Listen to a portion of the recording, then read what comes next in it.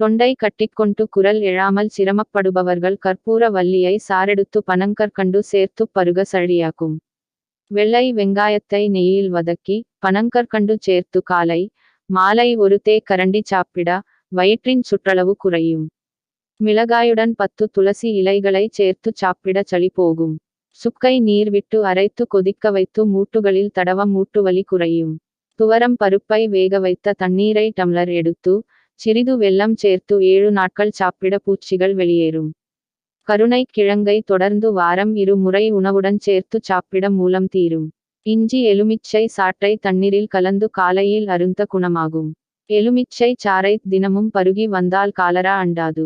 சாப்பிடும் முன் இளநீர் அருந்தினால் பசிக்காது. சாப்பிட்ட பின் அருந்தினால் பித்தம் நீங்கும் மலச்சிக்கல் தீரும். நாள் பட்ட இளநீரை குடித்தால் சளி ஏற்படும்.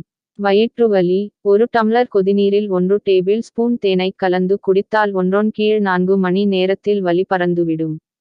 காய்ச்சிய பசும்பாலில் மஞ்சள் மிளகுப் பொடி பனங்கற்கண்டு சேர்த்து இரவில் அருந்தினால் இருமல் குணமாகும். கற்கண்டுடன் ஜீரகம் சேர்த்து சாப்பிட்டு வந்தாலும் குணம் தெரியும். உடல் அசதி முருங்கை இலை ஈர்க்குகளை நறுக்கி மிளகு ரசத்தில் போட்டு கொதிக்க வைத்து உணவுடன் சேர்த்து கொண்டால் குணமாகும். காலையில் இருமல் வந்தால் கடுகை பட்டுப்போல் கரைத்து தேனில் 1 சிட்டிகை கலந்து 2 வேளை சாப்பிட குணமாகும். மறதி 1 தேக்கரண்டி தேனில் 5 மிளகு பொடியை குழைந்து சாப்பிட்டு வந்தால் மறதி மறைந்துவிடும்.